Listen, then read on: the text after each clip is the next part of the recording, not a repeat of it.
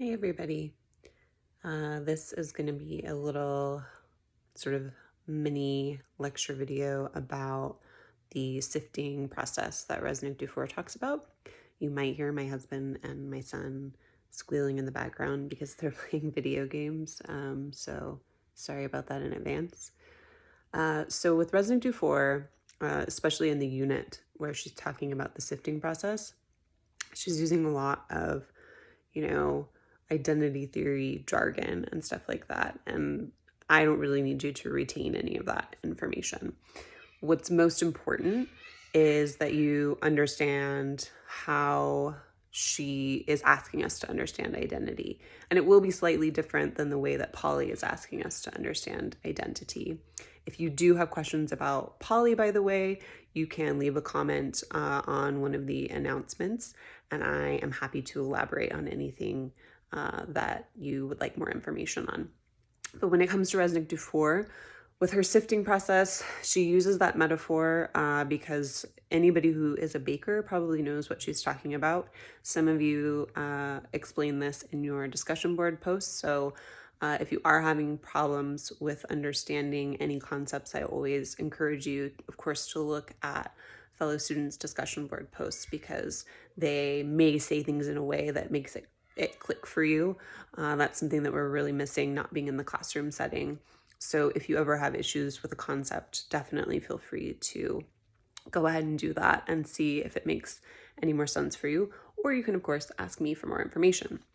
So for the sifting process itself, you want to think about this as being, we have multiple identities, right? In this case, Resnick-Dufour is interviewing women who identify both as feminist and as Jewish, saying that there is often conflict or tension between these identities, and that these women then need to figure out which components of their identities are going to work together in order to harmoniously exist at one time.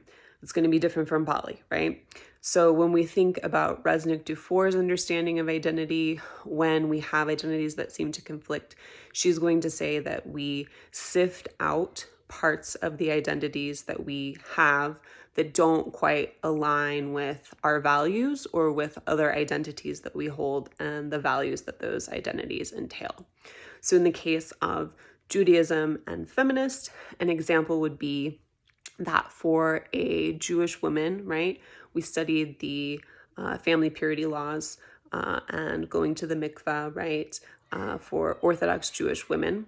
A Jewish woman who sees that ritual as outdated or as a result of the patriarchy and does not embrace it as those Orthodox women do is going to say, okay, well, that ritual was just a product of the times and it's something that is not necessary in order to adhere to Jewish faith. And so I'm going to sift that out of my Jewish identity. So while I still identify as a Jewish woman, I am rejecting that I need to adhere to the laws of family purity in order to hold on to that identity as Jewish. So that would be the thing that's being sifted out there. When it comes to feminist identity, for some religious feminists, and this includes Jewish feminists, there are going to be pieces of feminism or feminist theory that they perhaps do not agree with. So one example of this, for example, when we get to Polly, and one of the interviewees talks about this, is on the topic of abortion.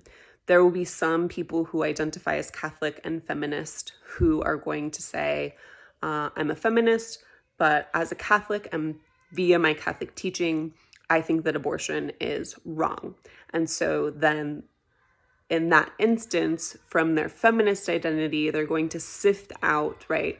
Typically, feminists will be pro-reproductive choice, but they're going to sift out that aspect of the identity and say, I'm still a feminist and I'm a Catholic woman and I don't believe in abortion. The opposite, of course, can also be true. You can be a Catholic woman who also identifies as a feminist, and you can say, I am a Catholic woman, but I believe that abortion is ethical. And in that case, you're sifting out that part of your Catholic identity or teachings of the Catholic Church in order to make sure that everything kind of harmoniously aligns and that you don't have all of these conflicting ideas within your identity. So this is how Resnick-Dufour presents identity to us, the way that she understands it. Again, it's going to be a little bit different from the way that Polly talks about identity. You can, of course, ask for further clarification on that if you would wish. I hope this makes more sense of the sifting process for you. If you have any further questions about it, don't hesitate to message me, comment on the announcements, and I'm happy to elaborate further. Nice to sort of virtually see you all, and I hope you have a good rest of your week.